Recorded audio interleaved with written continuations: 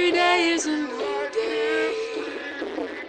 For every breath I take.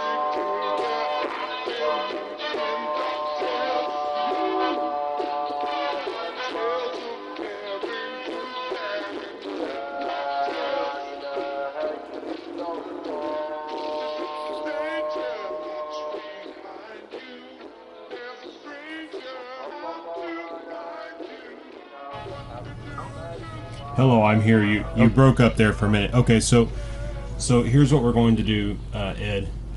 To start the, we have to sync up the audio files. Okay. And so what we're going to do with this is we are going to sing the German national anthem together. Okay. So I'll let you lead because I don't know the melody, but I have the words here in front of me. Okay. And so I'll let you start singing, and I will sing along with you. Okay. It's We'll sing the first, perhaps maybe the first stanza. we don't sing the first and the second stanzas anymore. We only sing the third stanza these days. Are there things in the first and second stanza that you don't want to? Yeah, Germany. bring to memory? It's basically talking about how Germany is greater than anything else in the world, and Okay. how the borders should go from the Netherlands to Russia. In the second part. Well, I think for the sake, then let's go ahead and we'll sing the third stanza. Then I have the third stanza Okay, pulled yeah. up, and so I'm Okay, ready. so Okay, I'm ready. I will start. Let's go ahead. Okay. Einigkeit und Recht und Freiheit für für dann das deutsche deutsche Vaterland. Vaterland. Dann es lasst uns alles treiben, brüderlich brüderlich mit Herz und Hand, Einigkeit und Recht und Freiheit sind der Glück und der Pfand. Ein Glanz des Glücks, Glück, Deutschland, Vaterland. Yeah, so that's the German answer. That was beautiful. That was really beautiful. I think that proved that people of all stripes, colors, and nationalities can reach across the aisle Yeah, and find unity in the power of music. and the power of music, especially over the whole Atlantic, when it's such a beautiful song about rights, That is true. fraternity, and Yes, I see. equality. I heard some things in there about Führer and Vaterland. It was beautiful. No, it wasn't Führer, it was für das. It's like for the fatherland. Yeah, which is still how we call it. Für das deutsche Vaterland. Für das deutsche So Vaterland. where, Yeah, for the so German where, fatherland. where is then, Ed? Where is this Vaterland? What are the boundaries? Well, the idea was developed in the 19th century when there wasn't a Germany at all, because Germany is younger than the United States, actually. It was only founded in 1871.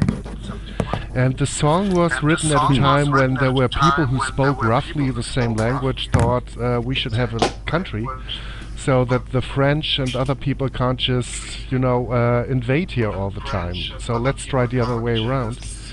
And so in the 19th century, after Napoleon had conquered all of what is now Germany, the idea that was originally from France, that there is like a nation state with a people who should be self-determined in some form, came up, and then Yes. this idea of the fatherland was developed. Interesting. Yeah, So like all things, the Germans owe everything to France. yeah. Nietzsche once said that German culture doesn't exist. The only thing that does exist is a copy of French culture, and a bad one at that. I think that is a truth that we all hold dear, Ed. Ed, I have a statement that I would like to read. Okay.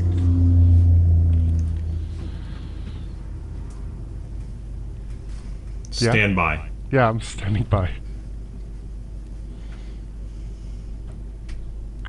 Drinking some gin tonic. You're drinking gin and tonic. Was that a soda pop? Yeah, it's like from a glass. I already mixed it when I knew we are going to talk, so I thought, it's a special event. It's such an honor. Interesting. So. I appreciate that, Ed, and I appreciate. Once again, I forgot we were so preoccupied with the patriotism that we were both espousing that I forgot to say the intro. This is of course Restroom Reviews presents Go Set a Watchman, the web's first anti-cyberbully podcast, and I of course am your host, Daniel Ball, and I'm joined today by my good friend and colleague and co-cyberbully, not aficionado, but I guess defectionado would be the correct term. Yeah, anti-bully, really. Yes, anti was the. Thank you, Ed, for you're interrupting welcome, me. Danny. Thank you for interrupting me during my own intro. If I need help again, I'll ask for it. Good. Ed, I have a statement that I would like to read. I'm listening. Somebody once told me the world is gonna roll me. I ain't the sharpest tool in the shed. But she was looking kinda dumb with her finger and her thumb in the shape of an L on her forehead. Ed, what do you have to say to that? That sounds rough. That's like I think that was before the internet was invented, that people would put this L on top of their head Yes. to tell other people they are lame, or Yes. just which is already an ableist term. That's It how is. the 90s were rough. They were wild. Young people can't imagine that. There were words being used, Yes. jokes made. People use. Yes, there was the '90s. There truly was. It was a bumper crop, bumper crop year, as it were, for cuss words of all kinds. Yeah, it was like constant riding bumper cars. You went outside and immediately people would start throwing slurs at you and call you Yes. names. Yes. And that was Thankfully, horrible. though, now we live in a true Renaissance era where racism, oppression of all kinds has been eliminated in the real world. Fortunately. However, as we both are well aware, these things still exist prevalently in the cyber realms. Yeah, that's where people flee, because it was defeated in the real world, and now the mean people, the evil people, and you had to Yes. experience that a couple of times. I mean, people were talking about the color of your skin, about your Yes. hat. I saw it all on Yes. Twitter. It came Yes, out of people- nowhere. It comes out of nowhere. I will be minding my own business, Yeah. just perusing the cyber streets, and then people come along and they start just hurling really just hateful speech. And if I wasn't a professional, first of all as a professional restroom reviewer, and second of all as a professional cyberbully antagonist, Yeah. I would probably be hurt. But after years of training, I can say that their words no longer. I'm not going to say they don't injure me, but I'm going to say that now the wounds are not as deep. The wounds are not as deep, and they heal not quicker, but they heal slower, but maybe with but better. Yeah, because it's I like think is what I'm trying to say. maybe it's like some animals when they got scar tissue. The scar tissue will work like some sort of an armor, and after all the Exactly. insults people had been throwing at you for years now Yes. on Twitter and other social media, you have this scar armor around your soul. Yes, that's correct. Like I know you don't have these animals in Deutschland, but the noble armadillo. I recently heard that the armadillo carries, I don't know, leprosy or something, though. It carries leprosy. That's correct. So, you know, it's one of those things, you know, on the one side it's got an armor, on the other side leprosy. So what do you That's choose? true. And the good thing about that is both are effective weapons against anyone who would try to hurt me or marginalize me or my friends. Yeah, well, I agree in principle. The one problem, though, is that if you infect one of your attackers with leprosy, it might take decades before their nose begins to fall off or something, or their Yes. fingers with which they type those hateful words into their computers. Or these days, you know, they walk around with their phones and just spew Yes. hatred. Yes. But at Well, least, it's what we call here in the anti-cyberbully community the death of 1,000 cuts. Ed. yeah, that's probably what best describes it. And I'm so honored to have met you in these cyber realms where there's so many villains, and you actually spend your time and your energy fighting against it. And it's probably the greatest cause any human being could pick up these times. It is the greatest cause, and you can usually at this point in the podcast, people typically thank me for my service. Yes, thank you for your service. You're welcome, Ed. But Now, I think Ed, a now, mere Ed, thanks. I appreciate those kind words, and I would Yeah. like to respond in kind. I would like to respond in kind to you, Ed, and say that I also appreciate you. And it's because of that that I can assure you, have my assurance as the host of this podcast and as the leader of the Anti-Cyberbully League, that during this podcast we will not bring up any of the genocides and war crimes committed by your country during both World War I and World War II. I'm just going to go ahead and say that those are right off the table. I'm not Oh. even going to talk about them. Thank you. For instance, I'm not going to mention the Ledisse massacre or the Ardeen Abbey massacre, where the Panzer soldiers murdered all of those people, including also, you don't have to worry about the Malmedy massacre. That also, I just want to set your mind at ease. Yeah, it's also good if you could avoid talking about the massacre and genocide of Armenians and the Ottoman Empire during Yes. World War One, because that was mostly German That's who true. did the logistics and helped true. the Ottomans in that. And I'm glad that you're not That- mentioning that. You're welcome. You're welcome. And it says it truly is the olive branch that we're grasping at both ends of the candle, as it were. Yeah. And So, the Ed, candle that Ed, are burns- you? Yeah. Yes, Ed, are you familiar with Nancy? Nancy, like the insult, like a man who's not very strong. Like, ooh, look at that Nancy over there. Maybe that's just No. the Brits. Okay. No, I would no. The Nancy in question is the Nancy comic strip by Ernie Bushmiller. Now, this was a comic strip from the 1930s on through he continued to draw this comic strip through the 70s. Yeah. Are you still there? Can you hear me, Ed? Yeah. I'm sorry. Oh, I think a new woman took over this Nancy strip, and now Nancy does all these weird things with her cell phone and stuff. Yes, and I would say the only thing I have to say to the new artist is that a pox upon that artist. Oh, what did she do? But in my case, I enjoy reading some of the older classic comics. For instance, I have one here from September. Oh, as it turns out, September 11th, 1959.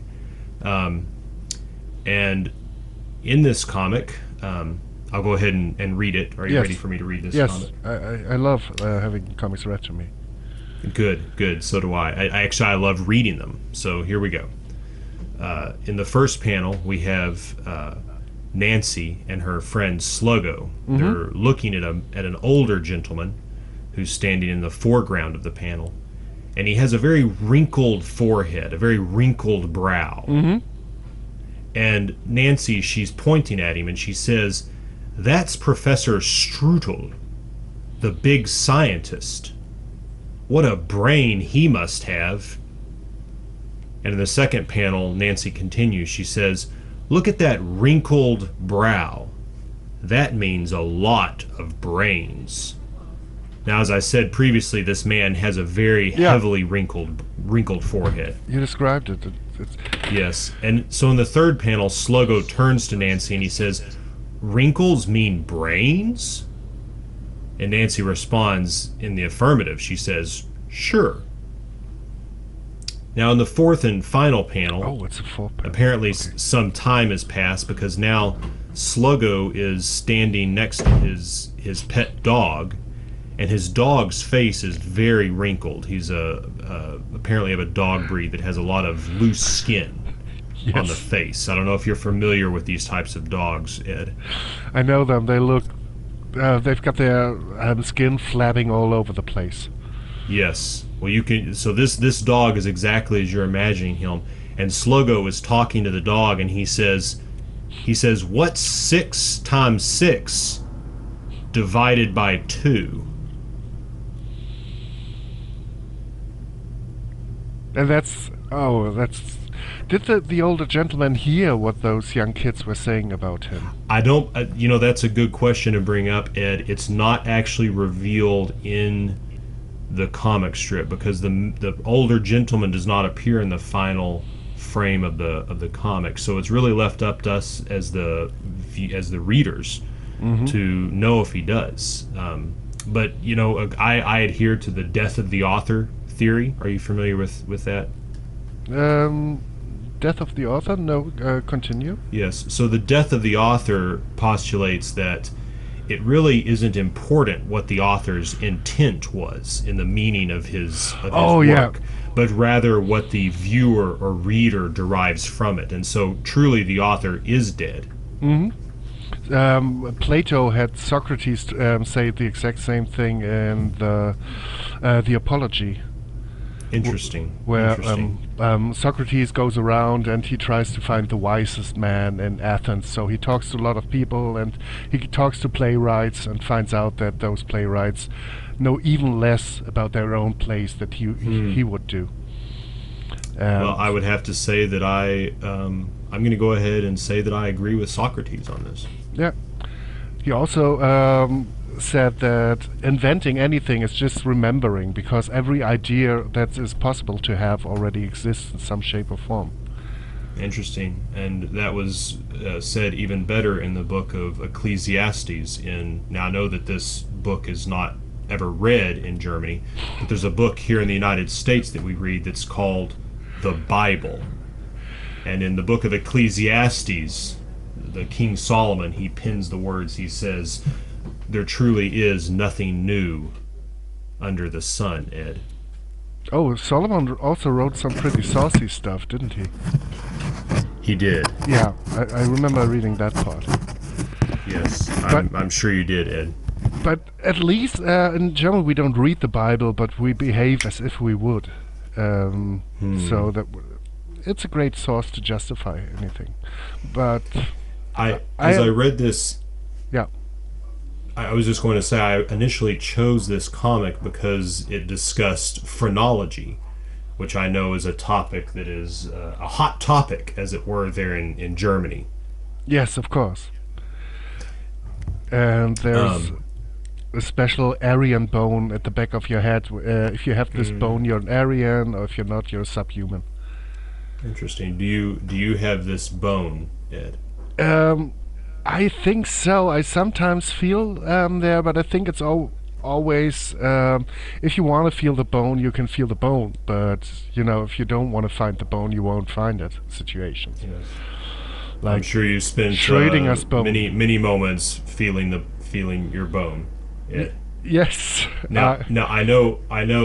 That's interesting that you say that, because I've often said that you Germans are the Germans are a bunch of boneheads. Oh, you said evil things like that.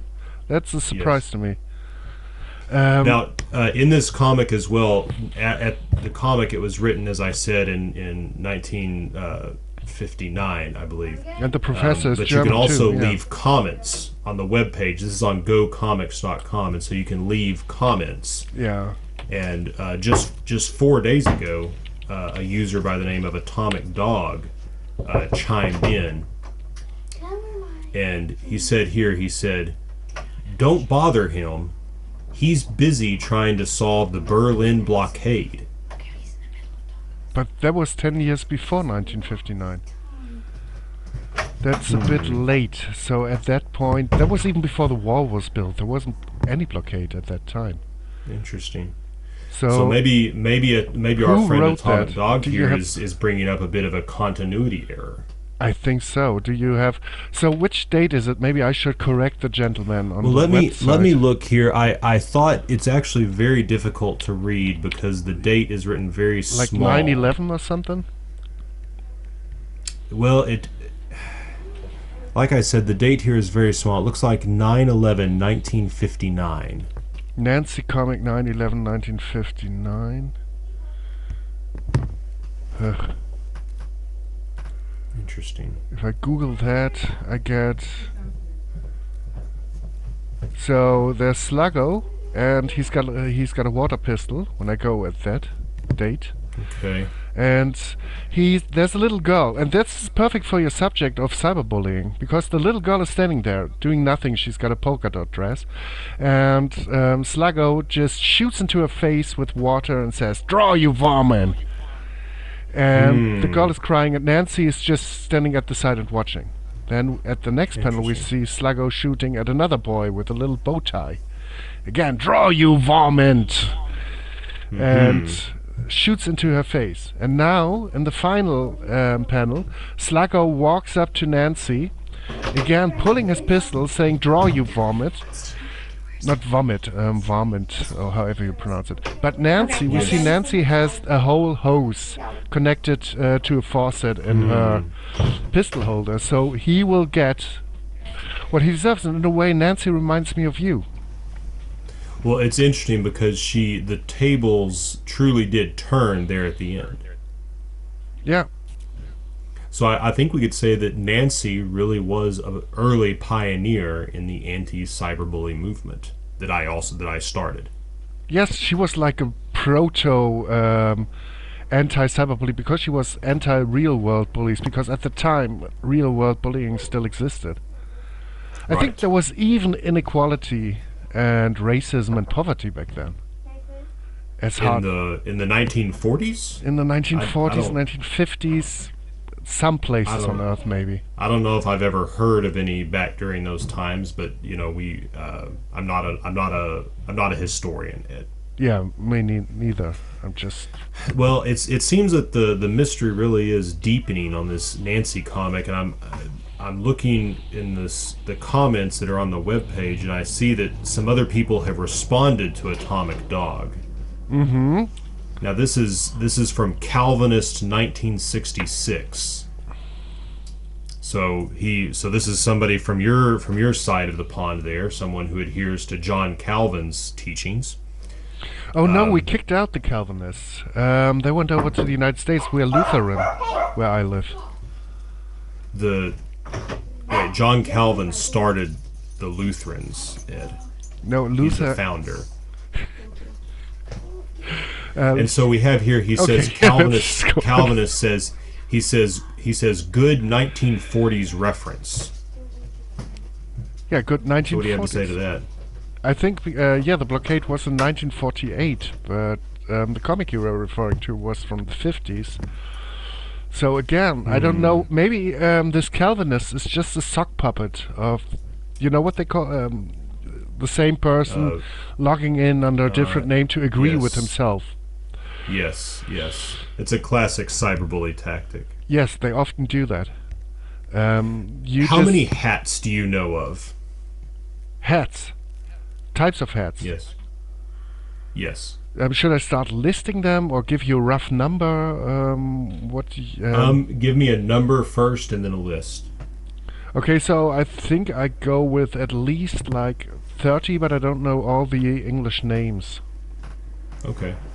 That's okay. Our this podcast is an international podcast. Okay. So should I start listing hats? Yes. Schiebermütze would be the kind of hat that Sluggo is always wearing.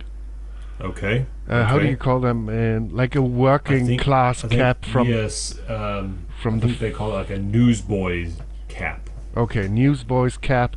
Then there's a cowboy hat, sombrero, Yes. helmet. Does a helmet Hmm. count as a hat? Yes. I, Are you I, talking about the ones with the little spike on the top of it? those are the later ones that go down all the way to the neck and have little attachments where you can put your gas mask. Exactly. Yes. And then there's the trilby, I Yes, think. the trilby. And My personal favorite. yes. And once again, I don't understand why people would be so mean to you because of your fashion choice. It is truly beyond the pale. Yeah, it is. Then there is those Phrygian hats that have like Pudelmütze is like a German cap that you put on, and there's like a little fluffy ball on top of it. Hmm. You know, like Like a fez. yeah, kind of like a fez, but it's like a woolen cap that you pull all over your ears for the winter, and then on top of it you Oh, have yes. this thing, this little like a You koosh ball. Something interesting about those types of hats in the United States. I forget what they call those, but in Texas, I always grew up calling those. We called them a toboggan. We call that type of hat a toboggan. Oh, I thought that was a But sled. in the rest of the United States, a toboggan is a sled. Yeah, like in Calvin and Hobbes. Yes, exactly. He's always riding on a toboggan, Toboggan. which I believe is a French word. Might be. Or maybe I always thought it sounds kind of like Native American. Toboggan. Something like Oh, yes, it might be. which they The would. Native American were well known for their winter sports. Well, they would have to find some way to go through like Canada and the Rockies and other cold parts. Not That's true. not every That's true. part of the United States is warm. Or even the Great Lakes around that region. The Great Lakes region. It gets cold there. What's that in the winter once? Yes, it does. It gets quite chilly, as a matter of fact. Yeah, it's I don't Well, understand. I have to say, Ed, that was quite a few less than 30 hats. I'm not finished. You just gave me your input on the Pudelmütze. So go the ahead. French beret, Yes. Then there's like those army hats with like a little protective shielding in Yes. front, where so that you don't get the sun up your head. A top hat. Mm. Then there's the kind of top hat, I think it's called chapeau claque, which you can press and then you just go pop and it goes, it opens up and you can put it on your head. and get That is a French term. Yes, a chapeau, but I don't have Chapeau to. claque. Yes. Yes. And what else? I already had the beret. I'm not at 30 yet, quite, right? No. You Um, only listed 5 hats. The kind of hats that Peruvians wear, with like two strings hanging down left and right. Yes. I don't know the name, but do you remember the video of that popular song from the 19th, Two Princes? Yes. And the guy... I think that's called a chulo. Chulo. Yes. Okay, that kind of hat. And ladies' hats with fruit on top of it, like at the samba. That's Yes. a hat. So I then don't think that. I'm not sure if that's actually a hat. I think that's more of a dish. it's more like a dish, or maybe just... Do you think they serve fruit on women's hats in South America? In Latinx culture, yes. Oh, okay. I'm ignorant of that. And Well, I have to say, Ed, you've listed, by my count, you've listed 6 hats, and that is a far cry from the 30 hats that you were trumpeting on about. And I think what this illustrates is how I invited you onto this podcast. it's a trap. I gave you a voice to the world, and this is how you treat this opportunity that I've given you. I'm honestly giving my best. It's just my own inadequacy, which doesn't allow me to reach the heights that you want to usually reach with your other guests in this program. And Well, so the mistake of inviting this incompetent crowd wasn't made by me. I would just like to point that out. well, I think we all know where the blame truly lies, and so that is a segue into a deeper discussion as we conclude here this evening on your favorite topic as a German, phrenology. Phrenology. Yes, back to phrenology. So I have pulled up here on the internet an online phrenology quiz. Okay. And so what we can do now is we can actually give you this quiz, and then that will allow us to know what type of person you, Ed, truly are. Okay. Should I get like a tape measure or something to measure my head? No, it's Okay. it's all in questions. Okay. I just ask you these questions, and at the end, it will then tell us what you are, what species. Okay. Can I call So- my nerves first? So here's the first question, Ed. What part of the body do phrenologists look closely at? The head. The head. The human I'm going to skull. click. Okay, I'm going to enter that answer. Mm-hmm. And now, next question on this quiz is who developed the theory behind phrenology? The Germans. Is it multiple choice or Now, something? there's. I'll go ahead and read. It's multiple choice. It's three names. We have Sigmund Freud, No. Benjamin Rush, and Franz Joseph Gall.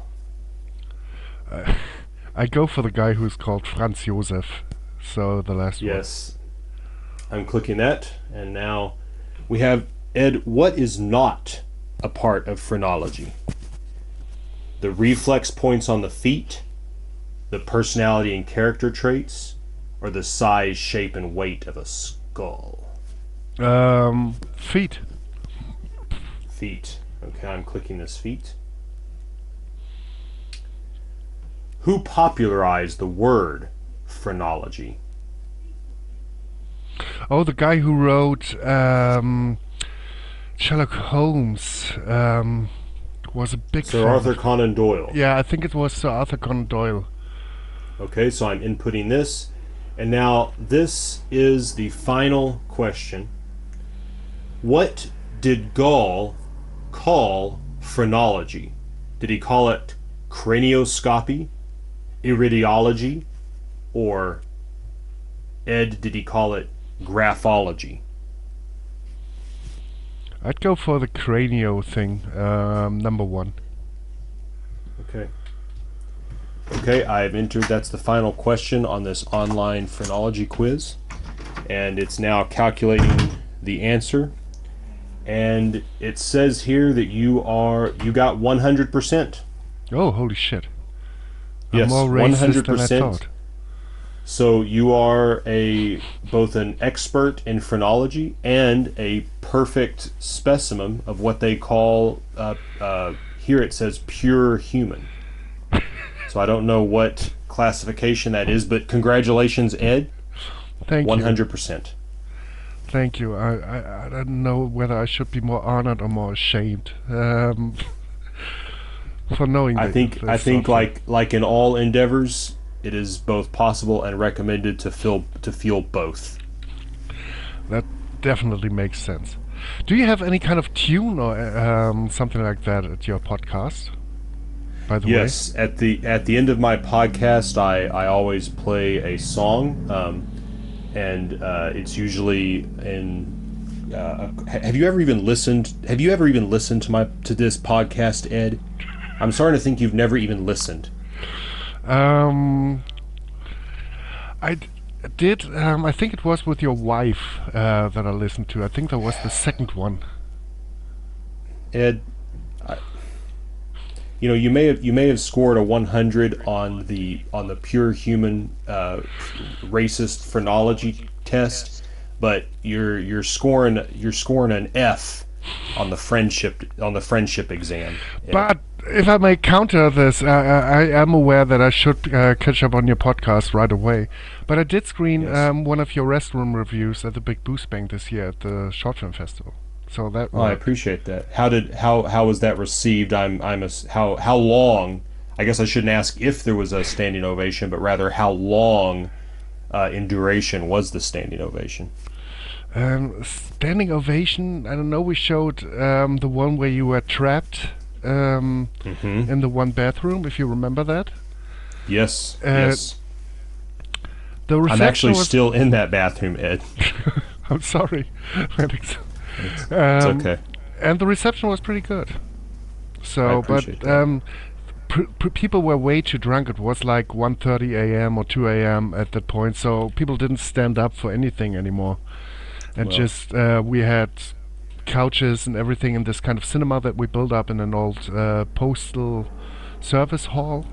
It's like a huge Interesting. old building where they used to do parcels, and we have different rooms, different parts of those halls with installations, and one thing where they let me do this weird thing where I show weird films and sing songs and show crusty Interesting. pictures.